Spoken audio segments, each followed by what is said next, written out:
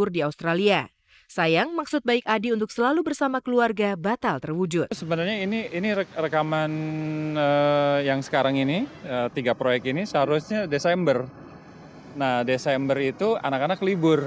Jadi kita sebenarnya udah rencana sambil libur, sambil kerja. Tiba-tiba harus dibatalkan, diundur karena satu hal. Nah, ini jadi sekarang kerjanya, tapi waktu itu karena tiket udah beli, ya udah jadi liburan tok.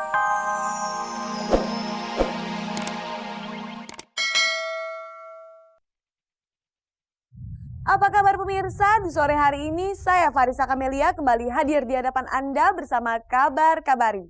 Yang akan menyajikan kabar-kabar yang layak kami kabarkan karena kami Kabar Kabari.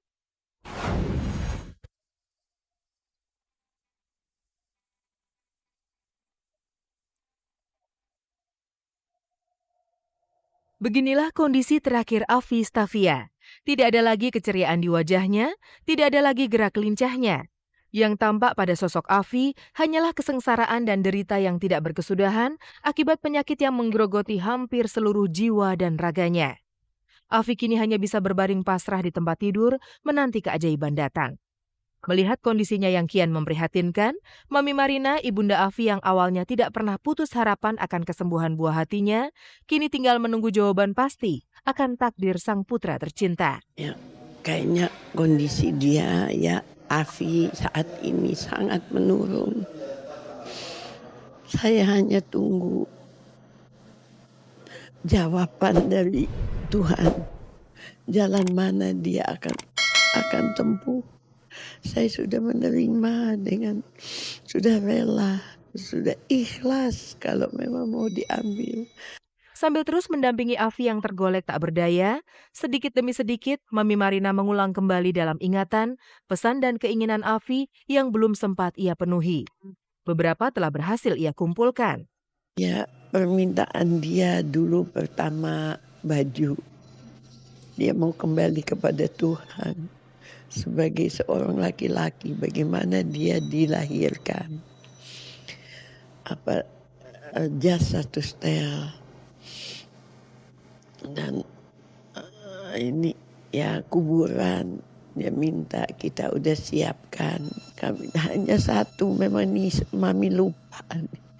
Satu dia minta kaos hitam, tidak mau putih.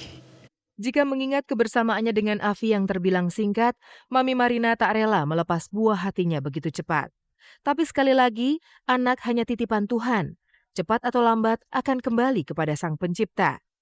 Dengan segala ketabahan, Mami Marina pun mulai mempersiapkan rumah terakhir bagi Afi.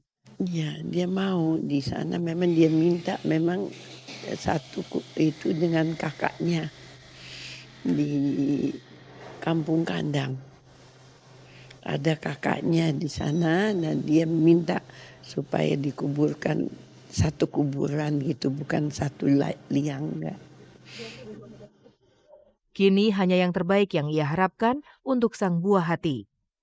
Ya, harapan saya sebenarnya, saya ingin dia umur panjang dan dia bisa show lagi, bisa cari nafkah untuk Mami. Itu yang saya harapkan. Tapi saya hanya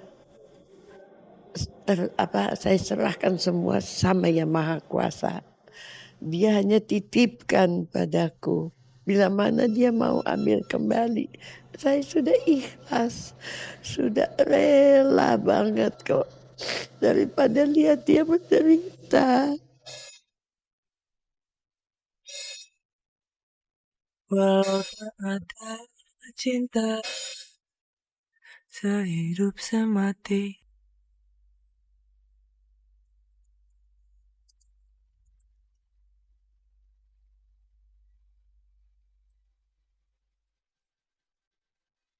Sebuah ikatan pernikahan rupanya lebih dari sekedar peleburan cinta dan jiwa. Perbedaan pun bisa menjadi satu akibat sebuah ikatan pernikahan. Ini dirasakan benar oleh Paramita Rusadi yang menyatukan cintanya dengan Nenad Bago, pria asal Kroasia. Kebiasaan Nenad kini menjadi kebiasaan Mita juga. Hobi Nenad pun secara tidak sengaja menjadi hobi Mita juga. Tidak heran kalau artis papan atas yang selalu tampil anggun ini jadi memiliki hobi yang luar biasa menantang seperti berlayar di laut lepas. Jelas karena pengaruh sang suami. Tapi walau awalnya enggan, kini Mita jadi ikut-ikutan gila berlayar bersama sang suami. Di Kroasia? Udah pernah, pernah. Saya suka juga, lama-lama jadi suka karena mau nggak mau ya. Apa nih, sailing?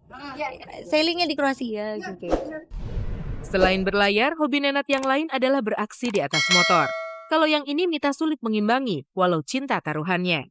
Maklum, ia mengalami trauma berat akan kendaraan beroda 2 itu. Saya terus terang kalau naik motor itu paling takut karena saya punya trauma. Dulu waktu kecil belajar naik motor kakinya patah gitu. Jadi kalau diajak naik motor yang kenceng gitu, aduh enggak deh. Hingga saat ini, usaha Nenat agar Mita bisa ikut menikmati hobinya berkendaraan motor belum juga membuahkan hasil. Padahal, Nenat telah menyiapkan pakaian khusus agar Mita terlindung saat bermotor bersamanya. Dia lagi rayu-rayu saya untuk naik motor terus, tapi saya dibeliin baju buat naik motor apa segala macam. Aduh, saya bilang nanti deh gitu. Saya sendiri nggak terlalu tertarik, jadi saya ya gini aja gitu. Kalau naik motor ya mungkin cuman buat jalan-jalan aja kali ya.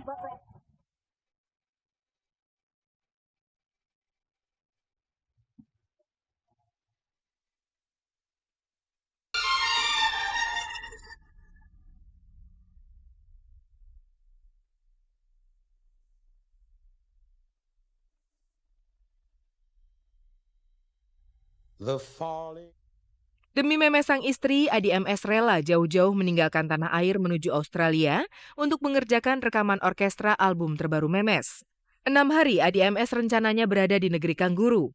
Di sana ia akan mengerjakan orkestra lagu yang akan dinyanyikan Memes yang merupakan hasil gubahannya. Memang tidak semua lagu dalam album rekaman Memes merupakan karyanya. Meski memiliki suami musisi, Memes yang sangat perfeksionis rupanya tidak selalu mempercayai Adi MS untuk menggarap lagu-lagunya.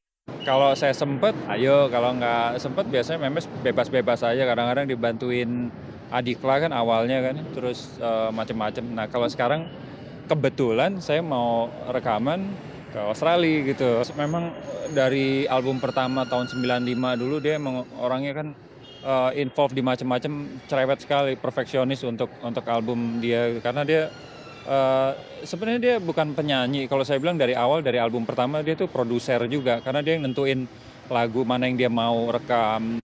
Awalnya ia ingin mengajak Memes dan kedua putranya sekaligus untuk bekerja sambil berlibur di Australia.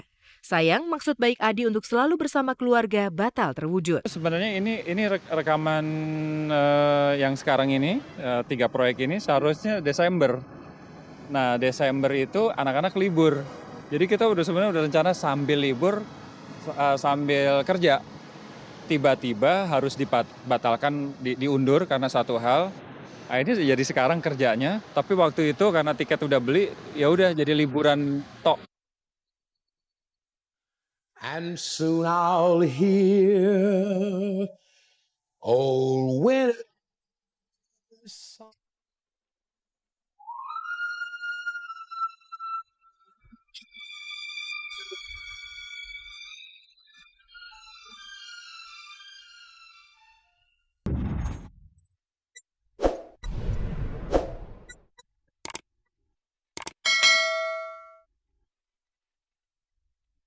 Mendapat sanjungan bagi Lisa Natalia mungkin biasa. Tapi kalau caci maki serta kata-kata kotor yang dialamatkan kepadanya lewat pesan singkat di telepon seluler, Lisa Natalia akhirnya panas juga.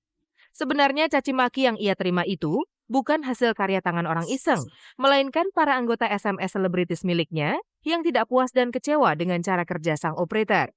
Para konsumen itu menuduh Lisa Natalia sebagai pengelola layanan SMS tersebut secara sengaja merampok pulsa telepon mereka dengan informasi-informasi selebritis yang tidak lagi mereka inginkan. Memang awalnya para mantan konsumen ini mendaftar secara sadar untuk mengetahui informasi selebritis favorit. Namun tanpa diminta, informasi datang terus-menerus hingga menguras sisa pulsa. Protes dan tuduhan penipuan pun terlontar juga. Ya pernah, jadi pastinya sih kalau hal-hal seperti itu, nah bagi mereka yang nggak tahu, mungkin yang nggak ngerti caranya gimana untuk ngetik batal, untuk ngetik stop, ngetik itu, mereka ada yang sumpah serapah, tolong jangan dikirimin SMS lagi, gitu. Ada yang gitu, tolong dong operator dimanapun Anda berada atau artis siapa yang dikirim, saya tidak perlu SMS kamu lagi. Nah itu karena dia nggak ngerti. dianya aja yang bego gitu kan, bilangnya stop gitu kan, maksudnya ngomong stop atau enggak di handphonenya bilangnya stop gitu, udah langsung terhapus. Nggak usah pasar apa, kan harusnya tersinggung kan, sebel gitu, kok fans gue gini banget, suruh lo daftar gitu kan. Lisa